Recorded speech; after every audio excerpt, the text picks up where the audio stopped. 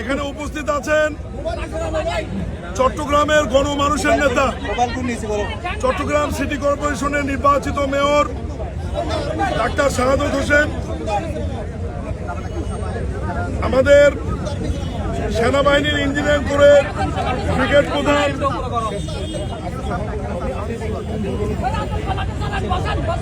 Brigadier সাম, আমাদের বিভাগীয় commissioner মহোদয়, পুলিশ কমিশনার মহোদয়, সিডিও,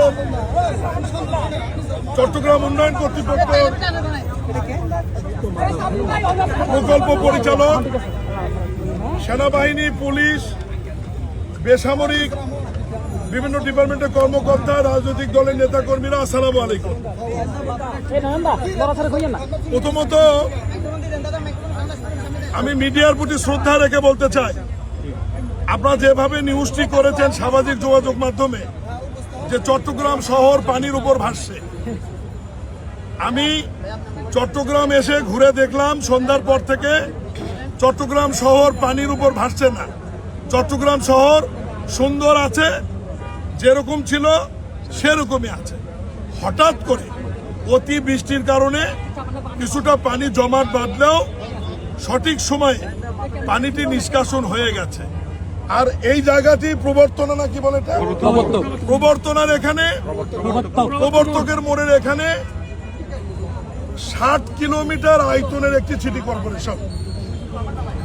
আমরা পায়ে হেঁটে যেটুকু পানির মধ্যে আমি হাঁটলাম, এটা 60 ফুটও হবে না, সর্বোচ্চ 30 ফিট জায়গা হবে।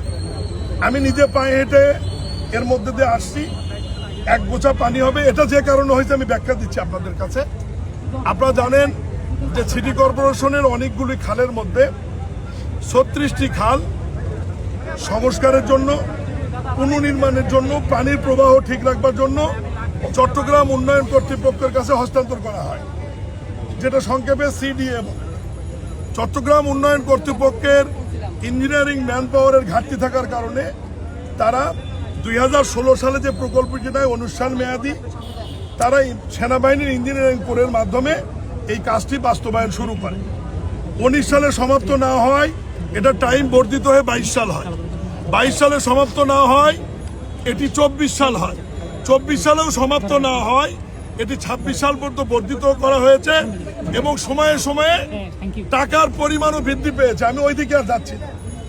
এই 36টি খালের মধ্যে আমার কাছে যেটুকু রিপোর্ট রয়েছে 30টি খালের কাজ সম্পূর্ণ হয়েছে। 5টি খালের কাজ এমন পর্যায়ে আছে সেটি খুব একটা পানিকে বিঘ্ন ঘটাবে না। আমরা যে খালের কাছে দাঁড়িয়ে আছি এটি 36টি খালের মধ্যে যে 6টি খালের বাকি আছে তার মধ্যে হিজরা খাল একটি। আপনারা নিশ্চয় জানেন যে খাল নির্মাণ বা পুনর্নির্মাণ করার সময় যখন আপনি কনস্ট্রাকশন করবেন তখন স্টিল স্ট্রাকচারের মাধ্যমে একটি রিটার্নিং ওয়াল দিয়ে ব্যারিকেড তৈরি করতে হয়, যাতে উল্টো দিক থেকে মাটি এসে বা কাদা পানি এসে কনস্ট্রাকশন ওয়ার্ককে বাধাগ্রস্ত করতে না পারে।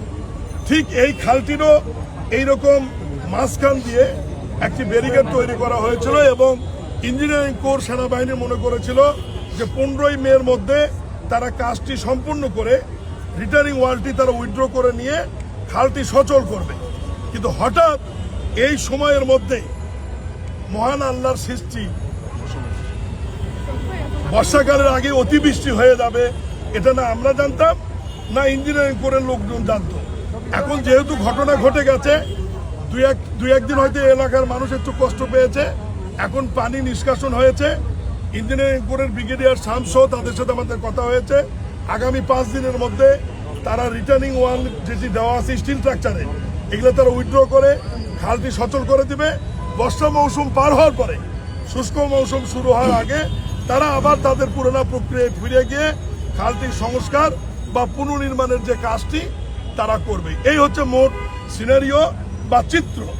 আমরা ঢাকা থেকে যতটুকু দেখলাম, বুঝলাম, শুনলাম, মাননীয় প্রধানমন্ত্রী এবং আমার মন্ত্রণালয়ের মাননীয় মন্ত্রী দুইজন আমাকে নির্দেশনা দিয়েছে সরজমিনে এসে দেখবার জন্য।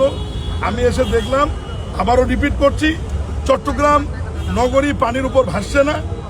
চট্টগ্রাম নগরী শুষ্ক মৌসুমে যেরকম থাকে, সেরকমই আছে। প্রবর্তন মোড়ের এখানে পানি এই খাল নির্মাণের কারণে একটু জলাবদ্ধতা হয়েছিল, এখন নিষ্কাশন হয়েছে। আমি নিজে পানির মধ্যে দিয়ে হেঁটে এসেছি, যেটুকু পানি আছে আজকে এবং আগামীকাল সকালের মধ্যে এটাও নিষ্কাশন হয়ে যাবে। এবং ড্রেনটি যেটি ব্যারিকেড তৈরি হয়ে আছে, ইঞ্জিনিয়ারিং করে লোকজন এবং চট্টগ্রাম উন্নয়ন কর্তৃপক্ষ আগামী 5 দিনের মধ্যে এটি অপসারণ করে নিয়ে যাবে। এখানে আরেকটি কথা আমি চট্টগ্রাম নগরবাসীর উদ্দেশ্যে বলতে চাই। একটি সিটি কর্পোরেশনের মধ্যে বিভিন্ন ডিপার্টমেন্ট কাজ করে। চট্টগ্রাম উন্নয়ন কর্তৃপক্ষ যেটি গৃহায়ন ও গণপূর্ত মন্ত্রণালয়ের অধীনে, সিটি কর্পোরেশন যেটি আমাদের স্থানীয় সরকার মন্ত্রণালয়ের অধীনে, ওয়াসা কাজ করে যেটি আমাদের অধীনে, পানি উন্নয়ন বোর্ডের কিছু খাল রয়েছে। এখন মানুষ, সাধারণ মানুষ চিনে একটা ব্যক্তিকে, মেয়র। এখন জলাবদ্ধতা হলে কে মেয়র, এখন ওয়াসার কোনো প্রবলেম হলে মেয়র।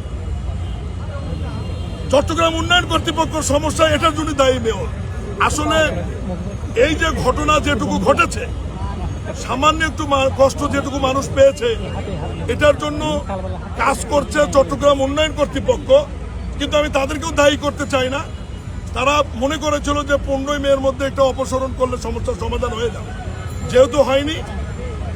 মাননীয় প্রধানমন্ত্রী এই ছোট্ট একটি ঘটনার জন্যে ওনার অনেক বড় মহানুভবতা এবং জনগণের প্রতি দরদ থেকে উনি মহান সংসদে দাঁড়িয়ে উনি চট্টগ্রাম নগরবাসীর কাছে দুঃখ প্রকাশ করেছেন।